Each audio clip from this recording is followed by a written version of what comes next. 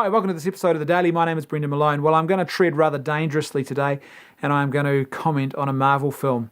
No, Greg, if you are watching this episode, I was not thinking of you. This is not an attempt at poking the bear with a big stick or anything like that. For those who don't know, Greg is a regular watcher of The Daily, and he's also a big fan of Marvel. The reason I want to talk about Marvel today was because some of the reviews are starting to come in for the Captain America Civil War film. And a lot of the critics who are reviewing are saying things like, this is way better than Batman v Superman, and this is how you make a comic book movie, unlike Batman v Superman, and hey, you're listening, Batman v Superman, this is how things should be done. And there's all these comments where they're referencing Batman v Superman as their jumping off point, and then they're going on to say, this is the best Marvel movie so far. Now, I hope they're right because I love Captain America. I think he's been the most effective story component of the whole Marvel Cinematic Universe. And in fact, Captain America Winter Soldier was not just one of my favorite comic book movies, but I think just one of my favorite movies of recent time. It was a great story. And I hope they carry that on through Captain America Civil War. But the amount of times I've read critics referencing Batman and Superman in the discussion about Civil War leads me to wonder whether there is not a very serious risk here of the Phantom Menace effect taking place. Now, the Phantom Menace effect is this. George Lucas went back and made 3 Star Wars prequels. And those prequels, The Phantom Menace, Attack of the Clones, and The Revenge of the Sith, were just an absolute mess. They were a disaster. They failed miserably on a whole lot of movie-making levels. They just weren't good films. But The Phantom Menace in particular was the worst of the 3 films.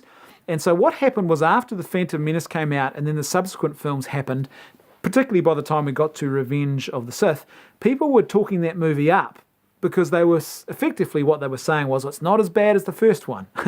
And they were comparing it to that first one. And because The Revenge of the Sith had a few more elements in it that sort of made it slightly better than The Phantom Menace, still not a good film, but it was better than The Phantom Menace, people started overestimating and talking up the film far too much and making out, like, even top critics were saying this is an amazing film, best Star Wars film ever, when in actual fact it wasn't true. Like I said, this is the Phantom Menace effect, where you start with a low baseline and then you assume that the next thing that comes across the line is some glorious and amazing thing, but in actual fact it's not. It's simply slightly better than the low standard you started with.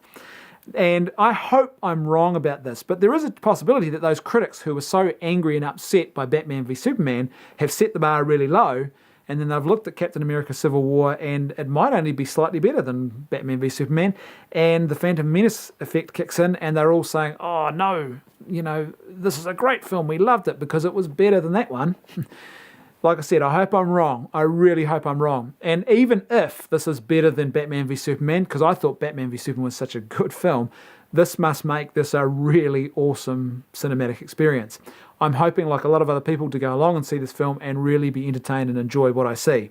Hopefully, are you listening, Greg? There will be none of the Phantom Menace effect. But, just in case you're disappointed, and just in case we all go to the movie theatre and we don't have that great experience, remember the day when I talked about the Phantom Menace experience and the possibility that the Phantom Menace effect is actually in play in regards to this film. Thanks for watching. I'll see you tomorrow on The Daily.